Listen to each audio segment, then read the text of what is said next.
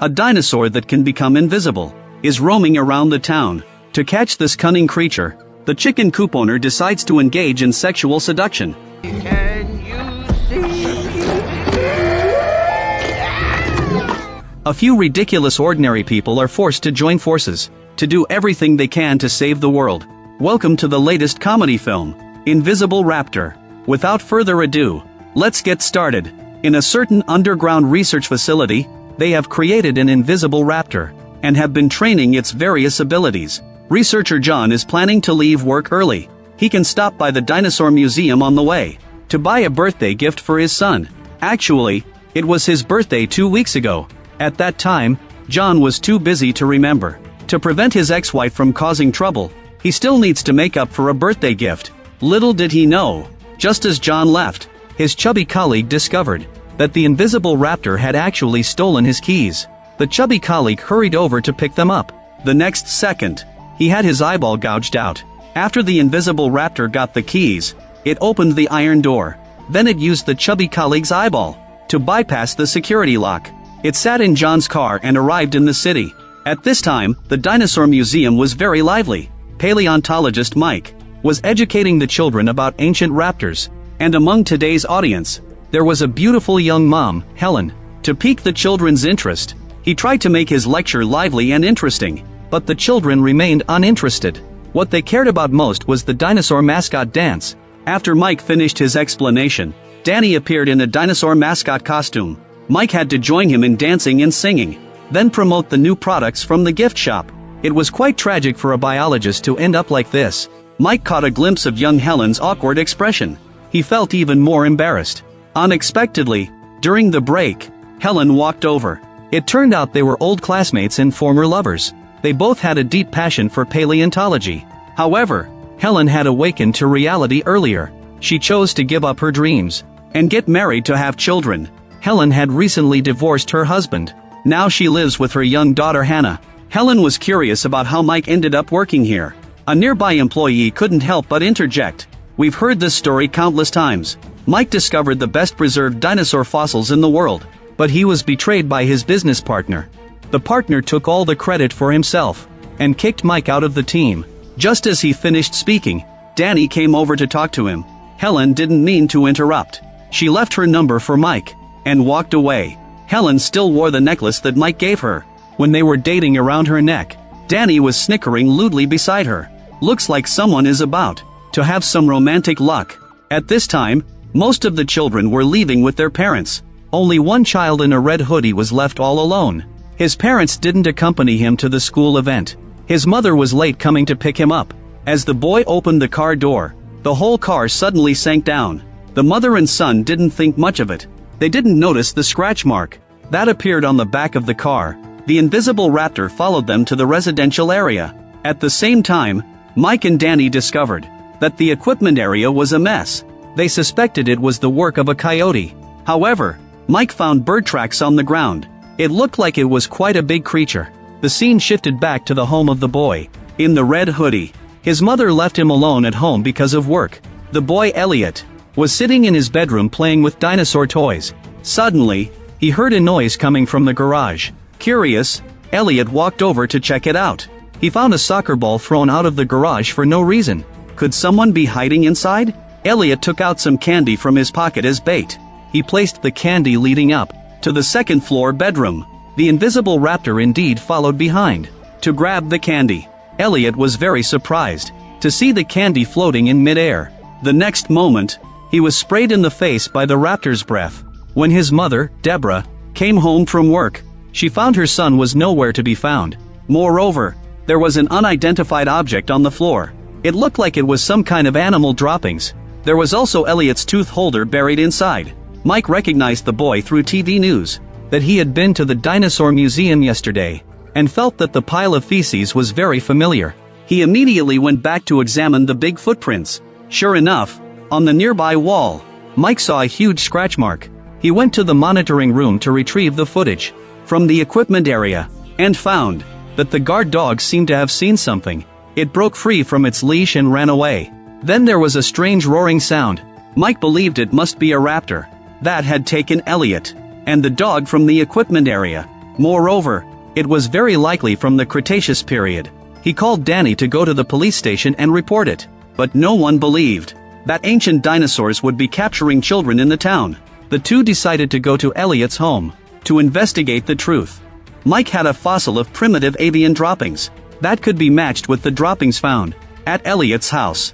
Hearing this, Danny put on a police jacket. He deceived Deborah, and they came to investigate the Elliot case. This is an expert consultant brought in by the department, he said. Deborah believed him. She hurriedly invited the two up to check.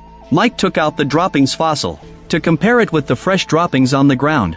He found that the patterns were indeed the same. Just as Mike was about to collect a sample, he noticed the collar of the Dinosaur Museum's guard dog was also buried in the droppings. It was highly likely that both the boy and the dog had been eaten. Danny was the best friend of that dog, so he immediately let out a wail. Mike pushed Deborah out of the bedroom and told Danny to calm down. The two finished collecting their samples and were about to leave. Meanwhile, Deborah was downstairs on the phone, sounding like she was booking a resort. Isn't she upset at all about her son's disappearance? Mike and Danny drove past a chicken farm and found eggs scattered everywhere. The farmer thought that thieves had raided the coop, but Mike noticed a scratch mark on the chicken mascot. There was also a large hole gouged in its rear. No one knew what that raptor had done to the farm's mascot. Mike asked Danny if he had a city map. Danny led him into his trailer. He dug out a dirty map from a pile of garbage. Mike marked the locations where the raptor had been spotted. Then he drew its range of movement. They were preparing to catch this big creature to avenge the pet dog of the Dinosaur Museum. However, before the two could take action, the raptor struck again at a new victim. An old lady was about to feed her 3 pet cats. As she turned around, one of them disappeared. In the blink of an eye, all 3 pet cats had vanished. Well then, where did everyone go tonight? Mike drove to the neighborhood. As soon as they arrived, they saw a furball rolling to the side of the road. They leaned in to check and found that the furball contained a human ear and the old lady's curling iron. It was clear that the raptor had eaten 3 cats and an old lady. The two couldn't help but exclaim how brutal this creature was. How could it eat everything? Just as they finished speaking, a wheelchair appeared. Sitting on it was a headless corpse. Mike immediately contacted the sheriff. Told you about?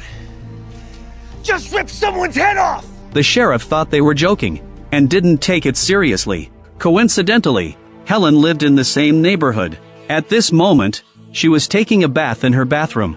She wanted to relieve the fatigue of the day. Little did she know, the raptor was coming uninvited, and it pushed open the bathroom door. Helen thought it was her daughter playing a prank. The next second, a bulge appeared behind the shower curtain. She cautiously reached for her bathrobe. Her arm was scratched by the invisible claws. Helen instinctively grabbed the creature through the shower curtain. Then she picked up a bottle and threw it. Helen hurriedly escaped from the bathroom. She hid with her daughter in the closet. Helen used the blade from her ice skates to temporarily drive the raptor away. At the same time, Mike and Danny arrived with a shotgun. Mike charged directly up to the 2nd floor. He was knocked down by something invisible. Only then did he realize that the raptor was indeed invisible. Mike used his gun to block the attack. Then he urged Danny to shoot quickly. But Danny couldn't see the target. He didn't dare to act recklessly. Mike's strength was gradually depleting. He had multiple scratches on his body. The worst part was that his gun was snatched away. Who would have thought that ancient dinosaurs could use guns? Fortunately, its skills were lacking. Mike quickly took out a sharp beast's tooth and fiercely stabbed it into the raptor's body. Danny also took the opportunity to help out. He was forcefully knocked aside by the raptor. By the time the two came to their senses, it had already escaped. After experiencing what had just happened, Helen believed that the raptor truly existed, and that this creature was indeed invisible. She called a car to have Hannah leave first. As for Helen, she wanted to stay and be with Mike, and she finally had the chance to explain. Hannah is not my biological daughter. She is the child of my ex-husband, and someone else. Just as the two were about to reconcile, Danny suddenly discovered a figure in black hiding behind a tree. He immediately rushed over to grab the person. Danny forced the figure to ask who he really was. The person Danny caught was John, a researcher from the lab. He explained to the 3 of them that the invisible raptor had escaped from the lab. It was part of Taylor Corporation's raptor weaponization project. It was a very costly asset. That's why John hadn't informed anyone else about the raptor's disappearance. After all, this creature was invisible. Even if it wasn't in the lab, it would be hard for anyone to notice it. Thus, John wanted to secretly capture the raptor before the situation was exposed. This way, he could keep his job. Just an experiment to me. No, I raised him. His first birthday. Danny was not moved by his words. Instead, he forcefully drove a crossbow bolt into John's thigh. Consider it revenge for his pet dog. John had many high-tech gadgets on him that could help them capture the invisible raptor. For example, the thermal imaging lens on his helmet could detect the location of the invisible raptor. Sit. Slow. Good boy. All right, let's get you home. The raptor knocked down the 3 spectators. It had John's helmet in its mouth. Danny immediately fired his weapon. He had tied a balloon to the arrowhead to help everyone pinpoint the raptor's location. But this creature was incredibly fast. In the blink of an eye, it vanished. The scene shifted to a nearby community. An old lady's air fryer malfunctioned. She called customer service for help. After a long conversation, there was no progress at all. The old lady was very angry. Just then, she noticed a party happening at the apartment across the street. She immediately called the sheriff and reported that these people were making noise and disturbing the peace. The sheriff, having nothing to do, planned to check it out. The old lady waited for the show to unfold. However, she saw a balloon floating by out of nowhere. She reached out with a cigarette but to pop the balloon. Unexpectedly, the next second, she was bitten in half by the raptor. The old lady struggled to crawl into the living room and wanted to grab the phone to call the police, but the raptor didn't give her a chance to speak. Soon after, the sheriff and his deputy arrived at the scene. They waited outside the apartment because the noise ordinance wouldn't take effect until after 10 p.m. At this moment, the rear of their car was suddenly scratched by the raptor. The officer leaned out to check the situation. He saw a balloon floating towards him. He felt a chill down his neck, and his head was severed. The sheriff screamed in fright. Unfortunately, before he could call out more, his head was also chopped off. This invisible raptor was incredibly clever. It arrived outside the apartment, where the party was happening. The invisible raptor found an electronic key in the homeowner's car. It opened the garage door. The young people inside were about to complain about who opened the door. They saw a balloon float in. Then the invisible raptor began its slaughter. The young people in the garage were either cut open or dismembered. Meanwhile, the main characters finally arrived. Mike recognized the police car. He was about to go over to greet the sheriff, but Mike saw 2 headless corpses sitting inside the car. Meanwhile, the invisible raptor left the garage. It walked into the real center of the party. A beautiful DJ was spinning records. Suddenly, she noticed that one hand was missing. Then the others were also attacked. In an instant, blood was splattering everywhere. Mike heard screams coming from nearby. He quickly rushed his team to the party scene. They cautiously entered the building. With their weapons drawn, they immediately locked onto the balloon.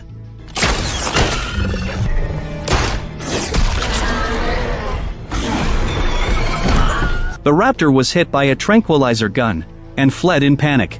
However, the effects of the drug kicked in quickly. It fell onto the trash can and fainted. Mike and Helen couldn't help but reach out to touch the raptor. I have to say, this movie is quite cost-effective. They don't even have to spend money on dinosaur effects. The two leaned over the raptor, carefully listening to its heartbeat, feeling the greatness of natural creation. Danny came over, holding a large rock. He was ready to kill this man-eating monster. Unexpectedly, he was stopped by Mike. This is the greatest scientific discovery to date. It absolutely can't be killed easily. And the raptor, as a top predator, attacking humans is just a survival instinct. If you were hungry for 45 million years, once you gained your freedom, you would also be unable to resist foraging for food. Finally, the 3 decided to take it back to the police station and lock it up. They lifted the raptor into the police car and rushed to the police station as fast as possible. Danny suddenly ran into an old classmate, Charlie. This person took off Danny's pants in public when he was in 6th grade, making him the laughingstock of the entire school. Charlie grew up and even married Danny's crush. Now, Danny had caught the raptor. and saved the town. Naturally, he couldn't help but boast to Charlie. Unbeknownst to him, this delay had allowed the raptor on the roof to wake up, and it quickly broke free from its restraints. Danny noticed something was wrong, and quickly dodged. The raptor lunged straight at Charlie. It grabbed his ankle, and dragged him away. Charlie didn't even understand what was happening. He saw one of his legs flying into the air, then his other calf was broken as well. After having its fun, the raptor bit off Charlie's head, putting him out of his misery. Now, the raptor they had finally captured had escaped again. Angry Mike separated from Danny. He and Helen thought of a way to catch the raptor. Even the smartest animals can be influenced by hormones. So the two returned to the Dinosaur Museum, and searched for a CD of dinosaur mating calls. They could lure the raptor to the chicken farm, then play the CD there. The hens there were in heat. The pheromones would combine with the sounds from the CD to confuse the raptor's brain. But how could they lure it to the chicken farm? Helen suggested that Danny could try wearing a dinosaur suit. Mike calmed down at this point. He had long stopped being mad at Danny. So Mike took the initiative to contact him and apologize. He hoped Danny would come back to help. The three have reconciled. They convinced the chicken coop owner to join in. His farm had a public address system that could play the dinosaur mating call CD. The owner even provided a jar of hen urine. As long as it was applied to Danny's dinosaur suit, it would emit a strong pheromone scent. Upon hearing this, Danny anxiously pulled Mike aside to talk. He was worried that his virginity would be tarnished by the raptor. Mike reassured Danny the raptor was unlikely to have any urinary diseases. Even if you really lost your backside, it wouldn't matter. To ensure everything went perfectly, he even made some explosive tips for arrows. Inspired by the movie First Blood, now everything was ready. They were prepared to start the operation. Danny poured the hen urine over himself. Then he dangled a piece of beef on a fishhook to lure the invisible raptor. Shake that ass. What? Shake that ass. Ooh, I like this dog. Though this tactic was exaggerated, it actually worked. The raptor quickly came running. It kicked up a whirlwind along the way. An old man by the roadside saw this scene and thought he had smoked himself silly. At this moment, the raptor bit down on the beef hanging from the fishhook. The chicken coop owner immediately hit the gas and dragged the raptor toward the chicken coop. This fish hook was strong enough. Can we recommend it to the fishermen? The hormone-driven raptor leaped onto the truck in one swift move. Just as Danny was about to be attacked, Mike kicked the raptor off with all his strength, but it quickly lunged forward to attack the driver's seat. The chicken coop owner almost crashed into a vehicle by the roadside. Although they successfully shook off the raptor, the fishing rod in their hands also slipped away. Where is he, Doggy? Where is he? I don't know. Oh, Danny! Danny! Mike's strength was no match for the raptor. He simply unzipped the mascot costume and pulled Danny out from inside. But Danny still emitted a strong pheromone scent. The raptor chased Danny to the chicken farm. The distance between them grew smaller and smaller. Danny had to fall into a pile of manure. He hoped to mask his scent with chicken droppings. However, something quietly pulled down his underwear. Thanks to the chicken coop owner selling his charms, Danny managed to escape the crisis. Mike grabbed a crossbow bolt and fired. After being hit by the specially made arrow, the raptor's body emitted a red glow. Then it exploded on the spot, with guts splattering everywhere. Although the process was a bit gross, they finally defeated the invisible raptor. In the end, Mike and Helen got together. Danny also successfully obtained the wife of the deceased Charlie. He pursued his high school crush. The film ends here. It's a very absurd and parody-like comedy. Various crude American jokes run throughout the film. You can tell the director didn't have enough budget, so they gave the raptor an invisible setting.